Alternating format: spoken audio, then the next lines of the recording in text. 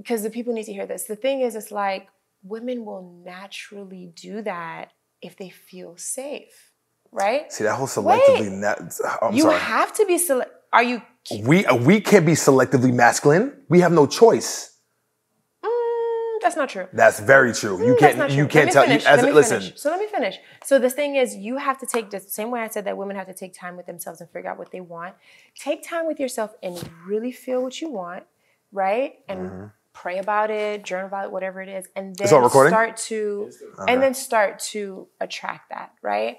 Because everyone is you pushed out. So if I'm attracting fuckboys, if I'm attracting men that are emotionally unavailable, if I'm attracting I got to check myself, because there's something about me that attracted them to me, right? So if I'm attracting a real partner, I call partner because I'm not 50-50. I'm not a 50-50 person, but we bring different things to the table. So that's a partner to me. Okay, all right, fair enough. So, so I gotta, whenever I attract the wrong person, I always come back to me and I check myself. Like, okay, what about me? Like, let's say you want to rob somebody, right? Or let's say you want to like manipulate somebody. You're not going to go get the confident girl that's talking to everybody. You're going to go to get the person in the corner that doesn't know better, that looking all shy. It's something about that person that attracted you to that person, right? So at the end of the day, everyone is you pushed out. If I attract that type of person, what about me told them that I am okay with that? What about me told them that I don't want this or I do want that? So at the end of the day, you got to check yourself. Do you make women feel safe? Do you make women feel like they'll be cared and provided for? So we have no accountability whatsoever when it comes to the women at all. It's just all about 100%. The men. Okay. No, not men. Not men. It's men and women. Did I just say, even if I'm asking. If I attract something, I have to check myself. Not like something like if I get hurt or somebody does something terrible to me. Like, just right now we're just talking about relationships and friendships. I have to check myself because I can't change you. So I have to go back and be like, what about me made that person think that was okay? What about me made that person feel like I would be okay with this? I got you. And then I could change myself. No, that's beautiful. That's beautiful. But the one thing that's beautiful, and then after this we'll start. The problem is that unfortunately not everybody has your beautiful mentality. That is the problem. But they can. They can. And we can talk about these things and we can like... Well, which we're going to talk about honestly when it comes to growing and growth, because the mentality that you have now is not necessarily the mentality that you have when I first met you. Which we'll get into. We will talk about that because... yeah, it's going to be good. It's going to be good. All right, guys. Mike. Welcome everybody to another edition of Convos with Bishop. My name is Marvel Bishop. Appreciate everybody for the YouTube viewership, for the SoundCloud, for the Spotify. We are rocking. It's a beautiful day to have a beautiful day. I am ecstatic to have, honestly, I'm actually very surprised because, why are you looking at me like that, man? Why are you doing that? Because I'm waiting for you to finish your sentence. No, you're not. You want to say something. No. Okay. A person that I met a few years ago that is a very high-spirited person. Every single time when I actually talk to her, sometimes she pisses me the fuck off, but she comes from a very, very great place and a great place of enlightenment, especially now compared to back then. My girl, Miss Saje Nicole. Hi. How you doing? How you doing, girl? What's up? Thanks for having me. I appreciate you coming, man. Like I said, I believe you are the Black Carmen Sandiego, because you are a very, very difficult person to get a hold to. That's a good thing. So let's talk about that real quick. Here's the thing. Is that a way for you to discern and actually compartmentalize the energies that you pretty much give to people for not being too available? Have you always been that person? What do you mean? So as far as like just being a person who is not necessarily available for people, but like you pretty much pick and choose. Like, have you always been that person, and like, does that help you with your process? So you mean like as far as me traveling or with work? Just in general, because I feel like you definitely pick and choose who you associate with and 100%. Who you speak with. So this is what I'm trying to get at. Yeah, it was easy for me to connect with you because we've known each other for a while. We have mutual friends. Yeah. We met in a really great space. So we just always continue that. Do you remember where we met? American Social. Yeah, definitely. Yeah, for my and birthday. that's where I met my wifey, Allie. Yes. Oh, that was the first time you met her too? That's the first time I met Allie. Holy shit. What was that? That was 2018. Maybe. 2017, maybe. No. No. It was like 18. I just moved in 2017. It was probably 2018, Yeah, 2019. I think so. Okay. And yeah, but you have to be very selective with the people that you're around, the people that you talk to, the things that you listen to, all of it. Like all of it is an investment into who you are. Everything that you do, you know, reflects back into the world. So yeah, definitely. Selective. Model, influencer, entrepreneur, just a beacon of light. That's pretty much what I call you. Thank you. I've and the people who pretty much follow you have definitely known, like, you know, all the accomplishments that you've had so far, and you will continue to have. Yes. But let's start from the beginning. Let's start from the grassroots, because that's kind of like how far you want to go. I want to go as far as you want to, baby. Honestly, we can. We got time. Okay. Are you talking about with modeling? Just with your life. So I was born in Turks and Caicos. Something I didn't know. See? Yeah. See? Well, I've said it. Yeah. So if you did your research, you would know. Facts. Born in Turks and Caicos from a beautiful Haitian family. I come from a really, really big family. And yeah, I've always wanted to model. I don't know what it is. I don't know if I was sent down here for that, but I was just like, oh my God, I want to be a model. And actually, I wanted to be a model, but I also wanted to be like a counselor or like a psychologist or something. Okay. But I, just like in life, I've realized that, you know, when people tell me their problems or their issues, I would always take it with me. I would always like, you know, like their problems become my problems. And so I was like, all right, maybe that's not for me. Let me just stick to modeling. And I found a way to kind of like blend both of them together. You know, as you build up your spiritual muscle, you're able to help other people and it doesn't attach to you as much because you're able to just give them what they need and you keep it pushing. So it's like a good blend right now. Okay. Yeah. Okay. So I've always wanted to model. I went to like a modeling school in high school. Don't do that, y'all. Why not? Because it's a lot of money, and the things that you learn there, you can learn on YouTube now, right? Yeah. Or YouTube University. You'll just learn in the field. So don't do that. And I got signed by a couple agencies here in Miami. They were okay, but I would say that my big break, I guess, is like when I got signed to Natural Models and at the end of 2019. And it's been amazing. How did that make you feel when you had your first modeling like breakthrough? Like, how was that experience? I was like, about time. No, it made sense. Like, there are things that I've done, and there are going to be things that I am going to do that when it happens, I'm going to be like, of course, like, I've been preparing for this. So even though I'm excited, I'm like, oh, wow, it's like here in the 3D. This is what we work for. This is what we prep for. So I'm excited. So question, did you always have short hair? No, when did I cut my hair? I think like 2017, 2018. Oh, no, 2016, 2017. 2016. Okay. Yeah. All right. So then that was pretty much, so you had long hair when you actually modeled. I did. Okay. I can show you some of like the old pictures. So one of the things that I've actually realized, especially from my one of my other best female friends, she actually had an experience before where like she actually cut her hair. And I find it very, very interesting because it's always from like either a spiritual or actually an awakening standpoint, like when women actually cut their hair. So I want to kind of like, you know, hear about your story.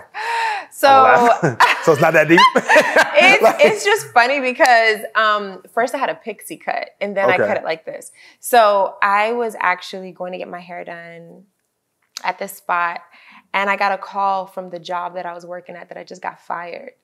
And I was like, man, fuck it. Like, cut my hair. I was like, I'm done. So it was kind of like a release. Yeah, and I cut my hair into a pixie. And then maybe like a couple years later, it was like a dare. My friend was like, I think you look really good with your hair just like cut. And I'm like, girl, no. At the time, I was like, you know, people are going to think that I'm like, you know, like, I don't know. I didn't think it was me. But it was a dare and I did it. And I also was like, I don't know what type of men I'm going to attract. Nobody's going to be attracted to me. Like, people are going to think da-da-da-da. And it really, really, really cleaned up my look. So I'm happy that she dared me to do it. No, yeah, because another reason why I asked too is because, and you know, this is kind of like one of the things I definitely want to talk about is I don't want to say forcing, but I guess like the overall narrative that women, especially Black women in that space of modeling, that they have to conform? So I thought that in the beginning. Like I'm a nice curve model now, right? Like I take great care of my body. I kind of, just do as I please. But when I first started modeling, I was not like that. I was trying to be very, very, very, very skinny because that's all we saw, right? So I was running like 5 miles in the morning, 5 miles at night. It sounds crazy. Yeah, it is. Yeah, it is crazy. No, it sounds crazy right now. But like when you work out, how long do you work out? About an hour and a half. Exactly. Yeah. 5 miles takes an hour. So I'm like, okay, I'll run an hour in the morning. I'll run an hour at night. When you put it in that perspective. Yeah. So when I say 5 miles, it sounds wild. But I was like, I'm going to burn these calories. I knew exactly how much this glass of wine would have had. I knew crackers. I knew apple. I knew like everything. I just knew how much calories and everything because I was like, I'm going to get to this size. There was different models. I would look up their measurements. I would go on their comp cards. I'm like, okay, that's what I need to be. But it wasn't about that. Even when I would get down to that size, I was close, but I couldn't get my waist to a 24 or 23, right? Because my body was just not like that. And so I did think I had to conform until I was about to walk in the show. And now, mind you, I've prepped for months for this show. And this girl was like having liquor and having like pizza. Like we had like stuff in the back. And I was like, girl, we're about to go on. She was like, girl, like I eat what I want. Like, she could have been gassing me. She could have just like been lying. Well, some women can. I mean, they're just different. But at the moment, I was like, it clicked for me that some people literally are just small. Like you hear about these girls like that eat Tic Tacs and smoke cigarettes to stay skinny. Yeah. No, some people actually are just naturally small. Yeah, sorry. And I was like, it was that day that I was like, okay, this is just not my area of modeling. Like, let me just step out, figure out what I need to do because this is not healthy, right? And I'm glad I did that because I just let my body curve out, right? Like I just started eating healthy and working out. I'm like, let me just see what my body looks like if I just do what I'm supposed to do. And I saw Natural Models LA. That was like a curve modeling agency. Curve is like a nice way of saying plus size, right? So you could be like my size, which is like mid-size, or you could be more plus like size 22, 24. And they were doing big things. Like they were all over the place. Like all their girls were booking. And then one of my friends introduced me to another model that was with them. I said, okay, let me just give it a shot.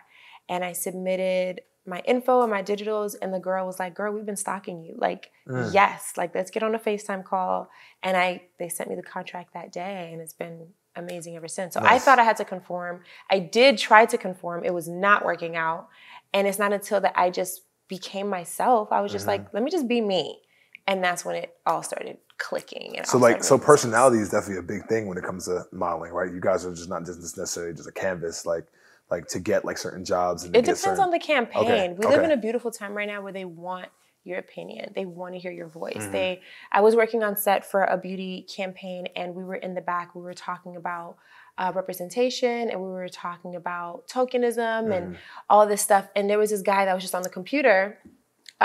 He was the owner of the studio, not just this guy. He was the owner of the studio, but we were just talking and he turned and he said, this is why we hired you for this campaign, just so you know. And I was like, what do you mean? He was like, you guys have a voice. You're not afraid to talk about things that you care about. We wanted to hire models that, were real people. And I was like, and I would have never known that was part of the selection process. But, it's a beautiful time where you don't have to be mute. So you can talk about your within that experience you had, right, when the owner of Studio Prima said that, did that kind of like put a spark in your brain as far as maybe like taking your modeling to the next level or maybe even expanding? Well, yeah, it just showed me that it's okay to have an opinion. You do not have to be like an actual like mannequin, you know? Facts. You can, but if something is not your place, if you feel like, I'm gonna stay out of that, you're allowed to do that too. A lot of times when celebrities or models or public figures talk, some people listen even more because they're like, hey, I'm a real person. Like I have insecurities, I have struggles, like this is how it made me feel. And now it humanizes them. So it's a beautiful time because it wasn't always like that. You say the wrong thing and you're out. So really? It's a beautiful time because before you were just it was very cutthroat. Cute and mute is the term. Just be cute and mute. If that's not marginalizing. Like, yeah. Wait, what? So, there was an actual term for that shit? Yeah, just say cute and mute. Jesus Christ. Yeah. So I really like the time that we're in right now. It's kind of cool. So with that being said, when was your time when you wanted to actually become like an entrepreneur and like actually expand like your horizons? Because you have this new thing that's called like the blueprint. Oh yeah, yeah, you definitely have that. I've actually always, I think it's really interesting. I've always been an entrepreneur. I just didn't know what it was called. Like I didn't know what I was doing. I just like money, right? I just still really like money. Like when I say money though, I have a healthy respect for money. I'm fascinated by marketing. I'm fascinated by economics. I just think it's really cool how money works in this world. And so, like in high school, for example, I used to do hair, right? I used to braid. Really? Yeah. Dope. Like I was like the school braider. But I had brand ambassadors, but I didn't know that I had brand ambassadors. So I got one of the boys that was really popular. He used to always dress really nice. His hair was always done. I was like, look, I'll do your hair for free. Just pass out my flyers, right? Okay. And so he was my guy. And then I had a girl. She wasn't really popular, but she was a loudmouth. She was just loud. And she always had attention, right? And so I was like, I'll do your hair for free. And then you just, And then when I was in middle school, I did 2 of the white boys in high school, but they they had like an urban feel, so they always had their hair braided, always had like donk riders and nice cars. I'm like, y'all popular, I'm gonna do y'all hair for free. So I had like 4 people circulating, promoting me, and I would just sit back and get calls and texts and do hair and just make money. I did not know that was entrepreneurship. I did not know I had brand ambassadors. I didn't know that was marketing. I didn't know, but it's just always been in me. You know what I mean? So now that I have like a larger platform and I have things that I want to sell and people that I want to touch, it makes sense because now I could apply it to that. Yeah, definitely. That's definitely dope. And I do think that with your success that you have right now, all that has basically pretty much attributed, well, not all of it, but like a huge factor of that attribution is the Wilhelmina deal. Yeah. So that's something I want to talk about because that is probably the one of the more prestigious like modeling agencies that you guys that anybody can have as far as like a modeling career. And it's not necessarily the easiest process to pretty much get into. And I remember, and shout out to Ronald Wayne, by the way, because he was a huge factor when it comes to that. Tell me about how you felt when you had the process of pretty much submitting for Wilhelmina, doing the process, everything you had to do pretty much, and then actually getting that deal. Because it's to me, like I champion you for that. Like I want to say congratulations. Thank you. Because I don't know if I should go. I'll go there. Do you think that it is or it can be more of a struggle when it comes to minority women or Black women going and trying to pretty much become, not just saying Wilhelmina, but let's just say an agency of that status of Wilhelmina. Like, because the old saying is, when it comes to Black people is that we have to work twice as hard just to get the same amount of credit. So is that your reality? This is going to be a loaded answer. That's fine. Follow me, people. That's fine. I got you. Okay. Got you. If you think something is hard, it's always going to be hard. If you think something is easy, it's going to be easy. If you think it's for you and you're just going to give it time to flourish, then that's what's going to happen, right? And so for me, I always knew that I was going to model. I didn't know what capacity and what area of modeling I knew I was going to model, right? And I knew how far I wanted to go and where I saw myself. So if I saw it as hard, then I'm going to be beating the pavement and it's going to be hard. Wilhelmina, I got scouted by Wilhelmina, actually. Right? But that's because I recently got signed. I got signed to Natural in November of 2019. So my vibration is, at that time, was like, I'm a newly signed model. You put yourself out there. Like, you really affirmed it. You were like, hey, if I'm an aspiring model, if I always say I'm an aspiring, people are always going to look at me as an aspiring model. But like, once I signed with Natural, right? So I'm in the vibration of being a signed model. I'm walking, I'm feeling like an established model, right? So when I met them at the desk of the Mondrian, it was natural for them to be like, hey, you should give us a call because that's the vibration that I was at, right? Okay. And so if I'm like, oh, I can't get signed to an agency, nobody's going to want to approach me because I'm giving off the energy like, oh, she might be a little tough to deal with. So it's not a black or white thing. It's I don't want to say it's never a black or white thing, but in my mind, it's always a black and white thing. Not. It is not. You think so? People are not gonna like me for this. Fuck it. Listen, this is a conversation we need to have. At the end of the day, we're human, right? We, like I told you before, we all want to feel the same thing. Like modeling industry is advertising. It's advertising. I'm a walking billboard, right? Facts. So I'm not like there's certain companies that would love to work with me. There's some companies that may not want to work with me because I don't fit their audience, right? So that could be a black or white thing, sure. But at the end of the day, are you presenting yourself as something that we can work with, right?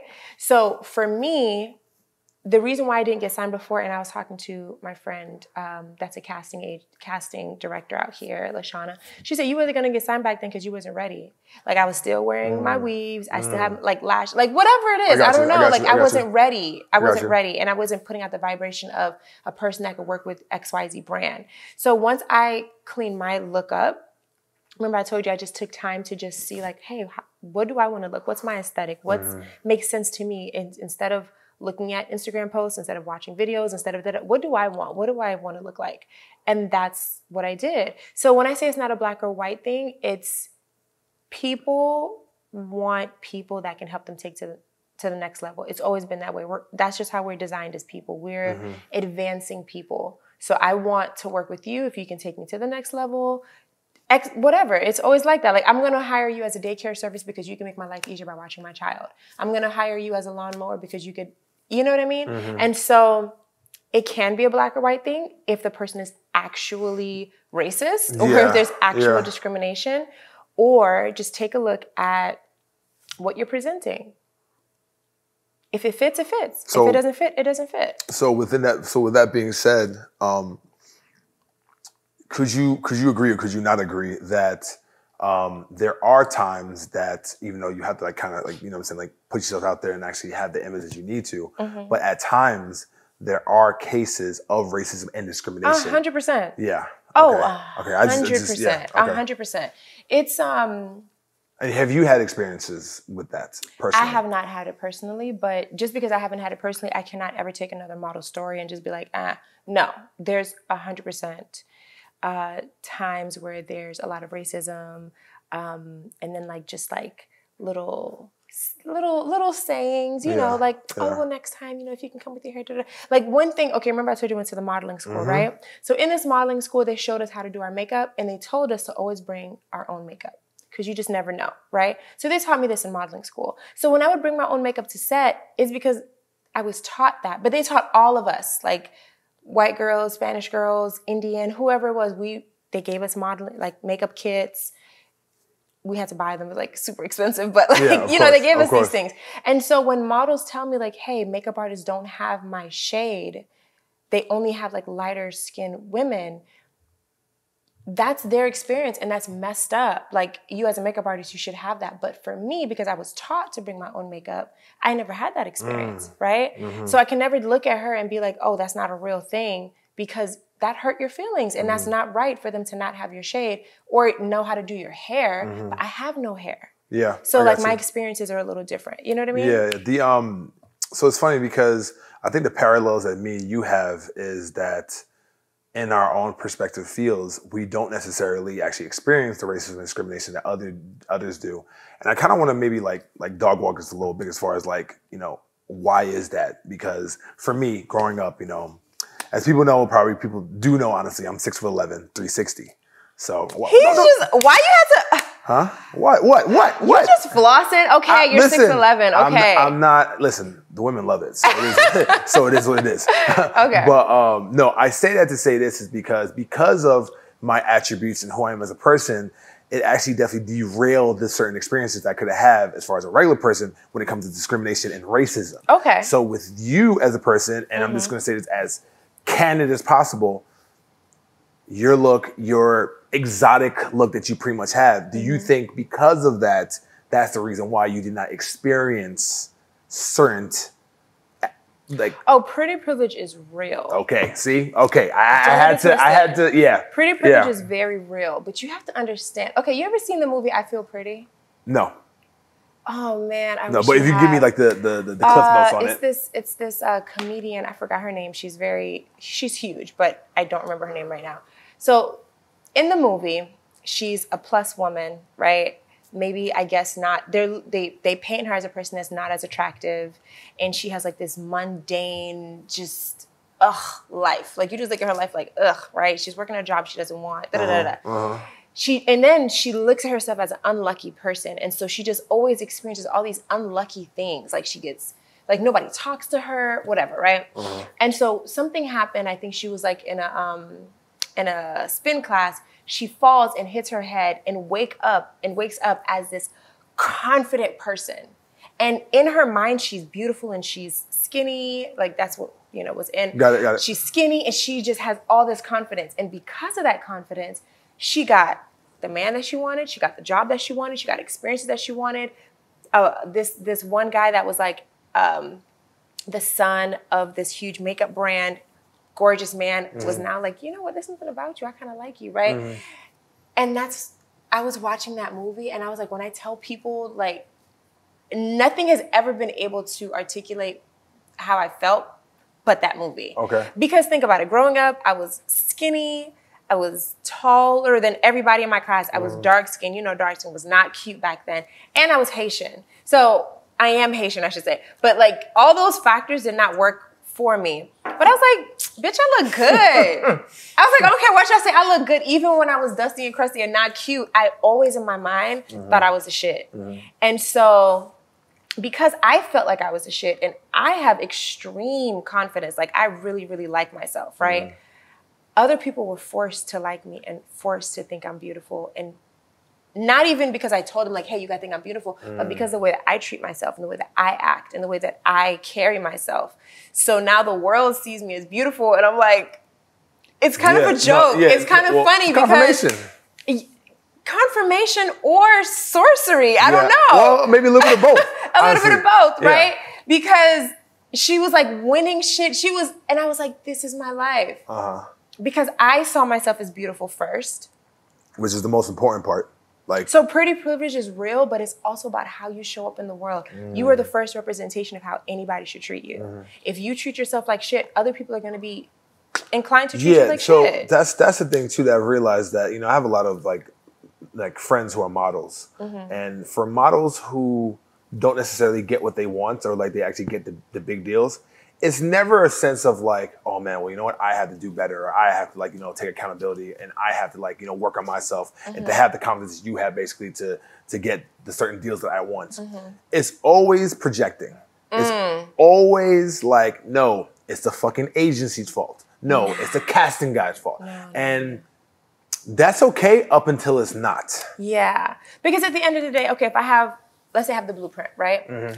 Or let's say I have a clothing line that I'm dropping. I want models that represent my brand. So I want to hire someone. I want to hire you. I want to hire whoever that represents the brand. So you can't get mad and say that I don't want to, you just don't represent what I want, right? So at the end of the day, like you can't change anybody. You can't change your agent. You can change your agent, but you can't change how people view you. It always comes back to you. I got right? you. I got you. Like what I love about my agents is I can call them and talk to them. Like the other day, I was supposed to they had me on an option for something. Option is like you may get booked, you may not get booked. Okay. Just have those days available. Okay. And she was like, hey, who cuts your hair? And I was like, oh, I go to such and such, da, da, da. But I end up getting released from the job. And I'm like, is there something going on? Like, right? And I know you say, you be like, and they were like, no. They actually saw a girl that didn't have a nice haircut. They want her to go to your barber. That's why they asked. But no, they just want to switch it up because you always book with them. So they're going to have another model come in for this month and you'll be back next month. So it's just like having open communication. And at the end of the day, do I need to fix something? Do you want to lower? Do you want to hire? It's me. Because they want to hire models. They go into an agency because they want to hire models. Okay. So fix the shit. Whatever it is, fix it. Did you always have that mentality though, as far as like taking self and basically knowing that you have to fix other than projecting and blaming others? Yes. You always had that mentality? I think so. You've never blamed the agency, or you never like, man, fuck it. No, if it was obvious that you weren't doing what you're supposed to do, then I'm not even gonna blame you. I'm just gonna get rid of you. Okay, so I have a question then. So where does that mentality come from? Because this is very important, because I feel like with this information, you can definitely help out even more. Like, you've been helping out models in general for what you're doing, but for this, like, where does that mentality come from when, as far as like taking accountability and pretty much working on self to teach these young models to do the same, because it's only going to benefit them? Yeah, I would say as of late, maybe internal work, right? Like internal work. But I think from before, it's just understanding business. Like, at the end of the day, these businesses these companies are in business because they want to hire people that represent their brand and that can sell products. So if I'm not getting booked, I'm gonna, hey, do I need to switch up my portfolio? Hey, is there someone else I need to shoot with? Do you need lighter makeup? Like, whatever it is, like, let's talk about it. And then understanding that your agents are on your team. I love my agents because when they email, they're like, hi, Team Sage, right? They're so cute. They're like, hi, Team Sage. And it's like, at the end of the day, it's a collective effort. If you have a shitty agent, you just have a shitty agent. It's okay. Like, it's okay to be like, yo, you're fucking up. It's okay to say that. Got you. But if they're doing their job and if something is not clicking, talk to them. Talk to them. It's like, I love that I can call them and be like, hey, like, I haven't worked this month, or this is not flowing right. Like, right now, I am mostly working on the East Coast, Miami and New York, right? Dope. That's because I'm not in LA. If I'm in LA, I'm gonna be working more in LA. They already told me, if you want to book in LA, you got to be in LA. So I'm like, okay, so I'll be back in a couple months, right? But that's having open dialogue, and I just be like, they haven't booked me for months.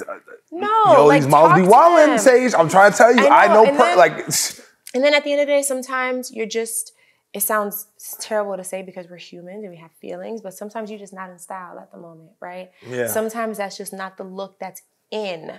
Like, my look right now, and I think for a while would be in because I represent what a lot of women look like. Meaning, I'm not in a person that you can get my body type if you want. If you go to the gym, if you buy the blueprint, you can get my body type, right?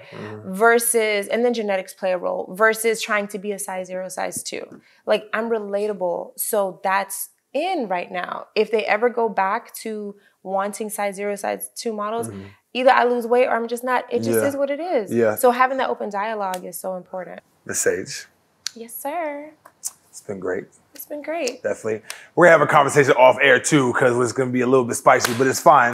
But before we wrap up, I got a question for you, just in the shortest term possible. If you can give yourself, your younger self, some advice, what would you say? I'm going to give my younger self the best advice that someone gave me, which is be bold.